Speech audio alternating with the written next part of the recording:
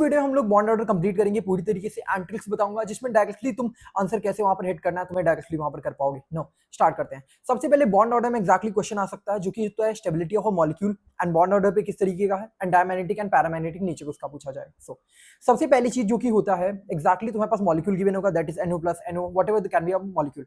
Now अब इसमें होता क्या है, सबसे पहले हमें कैलकुलेट करना होता है that is number of electrons. पहला काम क्या करना है, नंबर ऑफ इलेक्ट्रॉन्स कैलकुलेट करने हैं जो भी हमें स्पीशीज गिवन है। दैट इज अगर हम बात करें NO प्लस में तो NO प्लस नाइट्रोजन है 7 इलेक्ट्रॉन एंड ऑक्सीजन है 8 इलेक्ट्रॉन, 7 8 15 एंड एक इलेक्ट्रॉन जा चुका है। क्यों? क्योंकि प्लस है, that is means 14 electrons is there and NO की बात करेंगे सो दिस इज आज 15 इलेक्ट्रॉन ना। तो तुम्हारे पास सबसे पहला काम करना है नंबर ऑफ इलेक्ट्रॉन्स पता करना। तुम्हारे पास नंबर ऑफ इलेक्ट्रॉन्स पता लग गए तो उसके करस्पॉन्डिंग में ये नंबर्स हैं, इसको याद रखना है। दैट इज क्या, 14 अगर 14 इलेक्ट्रॉन है तो उसका बॉन्ड ऑर्डर होता है कितना, 3। 14 का बॉन्ड ऑर्डर कितना होता है, 3। कैसे याद रखो, I love you I hate you, I don't know क्या मैं तुम्हें कह रहा हूं, ठीक है। 143 याद रखो, ये तो बचपन से याद करता है 143। तो 14 इलेक्ट्रॉन में बॉन्ड ऑर्डर कितना आता है, 3। अगर हम बात करेंगे 13 12 11 10 तो ऑब्वियसली अगर हम नीचे जाएंगे एक एक इलेक्ट्रॉन्स कम करेंगे तो बॉन्ड ऑर्डर को कितने से घटाना है, 0.5 से। कितने घटाना है, 0.5 से। 0.5 0.5 0.5 घटा दिया ना। अगर बात करें 15 16 अगर इधर भी इंक्रीज, अगर 14 के बाहर भी जाना है तो क्या करोगे, 0.5 0.5 डिक्रीज करना है, दैट्स इट। तुम्हें नंबर ऑफ इलेक्ट्रॉन सबसे पहले कैलकुलेट करने हैं एंड उसके करस्पॉन्डिंग में ये नंबर्स हैं जिससे तुम्हें बॉन्ड ऑर्डर पता चल जाएगा। 14 का 3 और पीछे जाओगे या फिर आगे जाओगे 0.5 से डिक्रीज करना है। पहला क्वेश्चन जो कि आता है बॉन्ड ऑर्डर पूछने का ना। सेकंड क्वेश्चन यहाँ पर जो फर्स्ट हमने देखा दैट इज अगर इलेक्ट्रॉन 8 से 20 के बीच में है तभी लगता है, दैट 8 से 20 के इलेक्ट्रॉन होंगे तभी है ना। सेकंड केस, अगर तुम्हारे पास 8 से कम इलेक्ट्रॉन है तो क्या करोगे, तो वी फॉलो बाबा जी। सो बाबा जी में क्या करना है एक्जैक्टली, सबसे पहले तुम्हें बॉन्डिंग मॉलिक्यूलर ऑर्बिटल में फिर एंटी बॉन्डिंग में भरना है। दैट मींस पहले अगर तुम्हारे पास मान लो तुम्हारे पास 5 इलेक्ट्रॉन है तो कैसे भरोगे, सबसे पहले 2 बॉन्डिंग में फिर 2 एंटी बॉन्डिंग में, एक यहाँ। मान लो 7 है तो क्या करोगे, 2 यहाँ पर और 1 ये। सो ऑब्वियसली पहले दो करके तुम्हें भरने हैं, ठीक है। क्या करोगे, 2 करके तुम्हें इलेक्ट्रॉन्स को भरने हैं। बॉन्डिंग एंटी बॉन्डिंग इस तरीके से तुम कर पाओगे, ठीक है। That is number of electrons तुम्हारे निकालने का तरीका है, बॉन्डिंग में कितना एंटी बॉन्डिंग में कितना ना। अब बात आती है, अब यही जो तुम्हारा ये आ जाएगा बॉन्डिंग एंटी बॉन्डिंग, तो क्या करोगे, bonding minus anti bonding by 2, यही तुम्हें करके निकाल लोगे, दैट इज बॉन्ड ऑर्डर इसमें ना।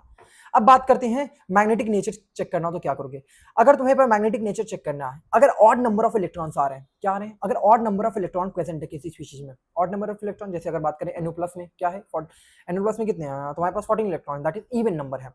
तो इवन नंबर होंगे that is called dia. Dia मतलब डाई समझ लो, 2 की बात हो रही है। दैट मींस अगर इवन नंबर ऑफ चीजें होंगे तो वो डायमैग्नेटिक है, ऑड होंगे तो पैरा। किसके पैरा का, कोई प्यार नहीं करता, मतलब ऑड वाले को तो कोई प्यार नहीं करता है ना, याद रखा है ना। लेकिन डायमैग्नेटिक में एक चीज है जो कि स्पेशल केस है, that is B2 and O2 जिसका 10 होता है एंड 16 इलेक्ट्रॉन्स होते हैं। These both are look to be a even number of electrons but they are still paramagnetic, exception है, याद रखिएगा ना। Now coming to the next part जो कि है Cu प्लस। आया नहीं आता है ये question, that is Cu plus में क्या होगा, तुम्हारे पास 3.5 बॉन्ड ऑर्डर आता है, एक्जैक्टली एक केस से याद रखिएगा ना। Cu प्लस का बॉन्ड ऑर्डर कितना आता है, 3. आती है जो कि होता है स्टेबिलिटी निकालना, स्टेबिलिटी ऑफ अ मॉलिक्यूल। अब स्टेबिलिटी ऑफ अ मॉलिक्यूल कैसे निकलेगा, जिसका बॉन्ड ऑर्डर ज्यादा रहेगा वो ज्यादा स्टेबल होगा, जिसका ज्यादा बॉन्ड ऑर्डर वो ज्यादा स्टेबल। चलो बता इनमें इन दोनों में कौन ज्यादा स्टेबल रहेगा, बॉन्ड ऑर्डर NO का कितने 14 इलेक्ट्रॉन, बॉन्ड ऑर्डर कितना 3। NO का इलेक्ट्रॉन कितने 15, बॉन्ड ऑर्डर कितना 2.5। बॉन्ड ऑर्डर किसका ज्यादा है, NO प्लस का, तो स्टेबल कौन होगा, ये ज्यादा स्टेबल हो जाएगा, NO प्लस ज्यादा स्टेबल, समझ गए। जिसका ज्यादा बॉन्ड ऑर्डर आएगा वो ज्यादा स्टेबल है, सेकंड थिंग ना।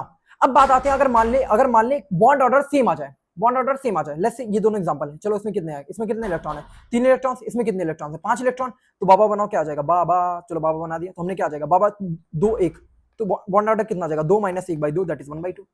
अब इसमें बाबा बनाओ 5 इलेक्ट्रॉन में कितना हो जाएगा, बाबा, ठीक है 2 2 1। तो बॉन्ड ऑर्डर कितना हो जाएगा, number of electrons in bonding 3 minus anti bonding में कितने हैं 2 अपॉन में 2 दैट इज 1/2। ये क्या, दोनों में बॉन्ड ऑर्डर हमारा सिमिलर आ गया, दोनों में बॉन्ड ऑर्डर सेम आ गया। तो क्या करेंगे, बॉन्ड ऑर्डर सेम आने पे क्या करना है, सिंपल सी बात है। अगर बॉन्ड ऑर्डर आपका सेम आ जाए तो देखो आखिरी इलेक्ट्रॉन अगर बॉन्डिंग में गया है दैट इज मोर स्टेबल, आखिरी का इलेक्ट्रॉन अगर बॉन्डिंग में जाएगा वो ज्यादा स्टेबल है। देखिए इसमें आखिरी का इलेक्ट्रॉन किसमें गया, एंटी बॉन्डिंग में, इसमें आखिरी का इलेक्ट्रॉन किसमें गया, बॉन्डिंग में। जी अगर आखिरी का इलेक्ट्रॉन अगर बॉन्डिंग में ज्यादा, आखिरी का इलेक्ट्रॉन अगर बॉन्डिंग में ज्यादा वो ज्यादा स्टेबल है, दैट मींस हमारा ये ज्यादा स्टेबल हो जाएगा। क्यों, क्योंकि इसका आखिरी इलेक्ट्रॉन बॉन्डिंग में गया। अगर सेम बॉन्ड नॉट आएगा तो क्या करना है, अगर बॉन्डिंग में गया that is more stable. I hope समझ आ गया, समझ आएगा तो जो बाकी